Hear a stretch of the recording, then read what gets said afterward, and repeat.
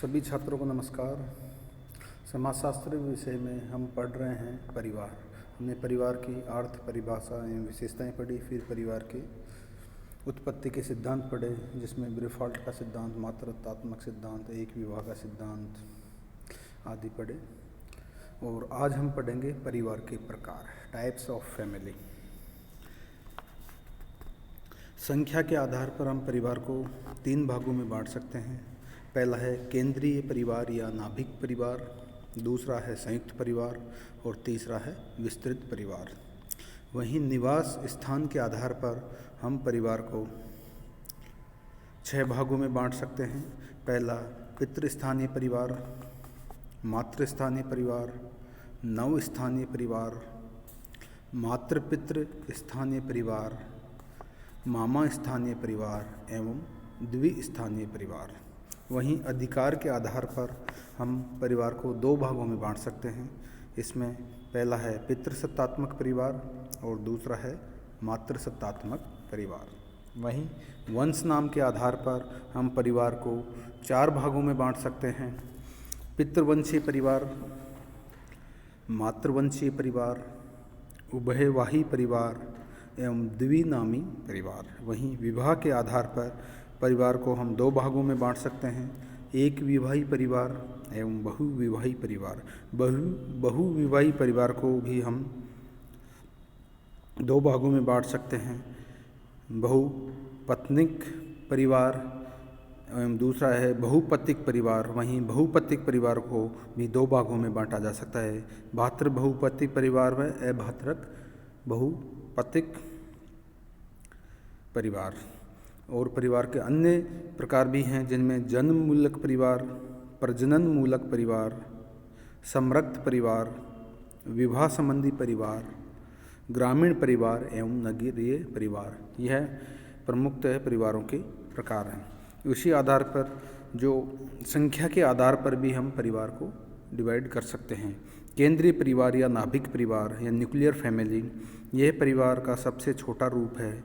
ऐसे परिवार में पति, पत्नी या उनके अविवाहित बच्चे होते हैं। पति, पत्नी या उनके अविवाहित बच्चे होते हैं। इस प्रकार के परिवारों में अन्य रिश्तेदारों को सम्मिलित नहीं किया जाता।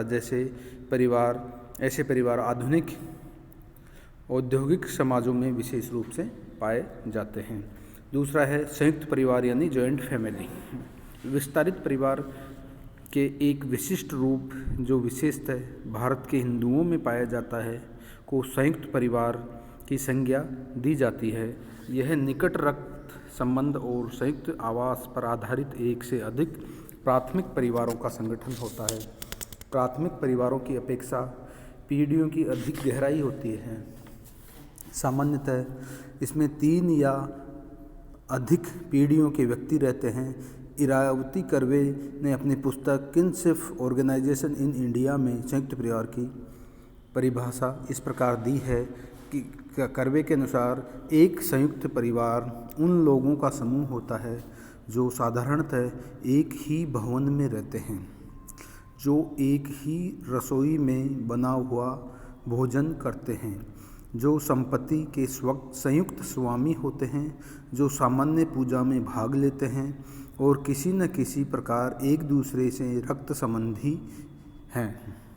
संयुक्त परिवार में रक्त संबंधी के अलावा कुछ अन्य संबंधी भी होते हैं, जैसे पत्नी का भाई, बहन, अन्य कोई रिश्तेदार। यद्यपि परिवार की संपत्ति में इनका कोई हिस्सा नहीं होता, अपितु संयुक्त परिवार का सदस्य माना जाता है।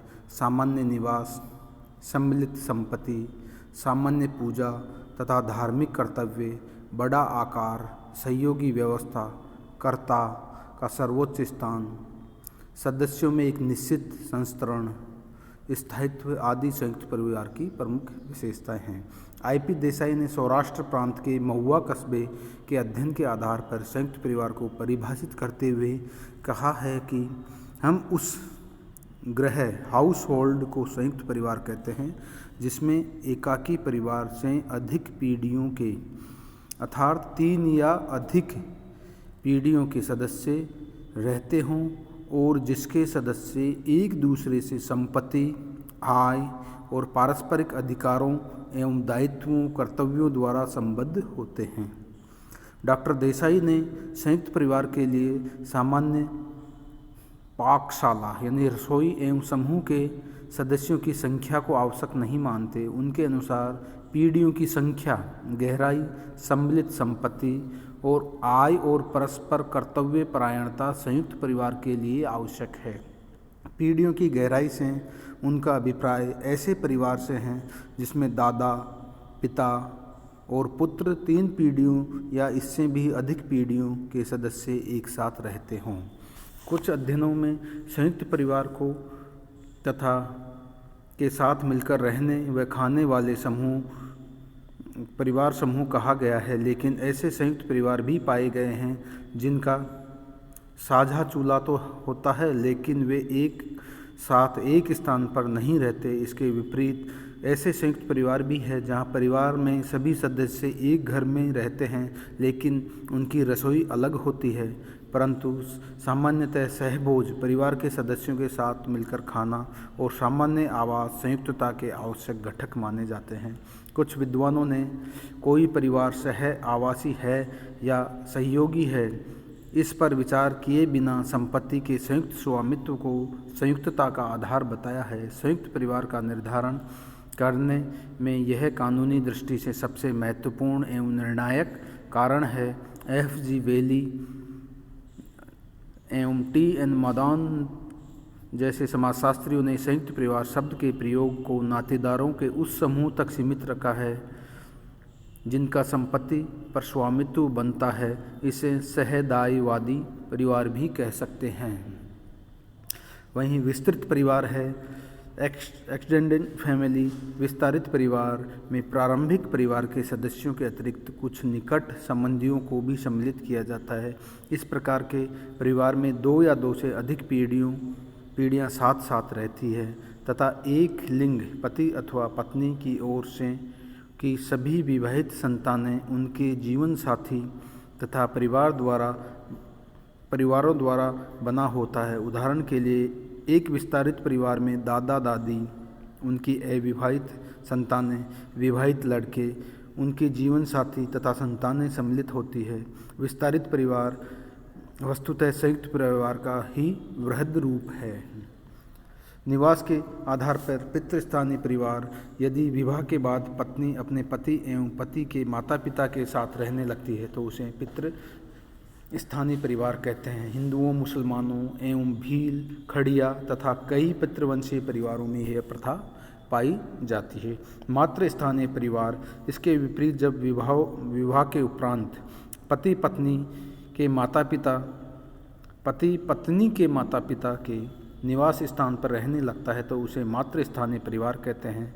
ऐसे परिवार भारत में मालाबार के नायरों, जो मातृ स्थानीय परिवार कहाँ हैं, मालाबार के नायरों, खासी व गारो जनजातियों में देखने को मिलते हैं। खासी, नायर और गारो जनजातियों में मातृ स्थानीय परिवार देखने को मिलते हैं। वहीं 9 स्थानीय परिवार है। मातृ पितृ स्थानीय परिवार है। मातुले स्थान मतलब पति के माँ के भाई पति के मामा के साथ या उनके सानिध्य में रहते हैं, उसे मातुल स्थानीय परिवार कहते हैं। द्विस्थानीय परिवार पितृ सत्तात्मक परिवार, मातृ सत्तात्मक परिवार। खासो, गारो, नायर में मातृ सत्तात्मक परिवार पाए जाते हैं। मालाबार के नायरों में मातृ सत्तात्मक परिवार को तारवाड़ या तारवाद नाम से जाना जाता है।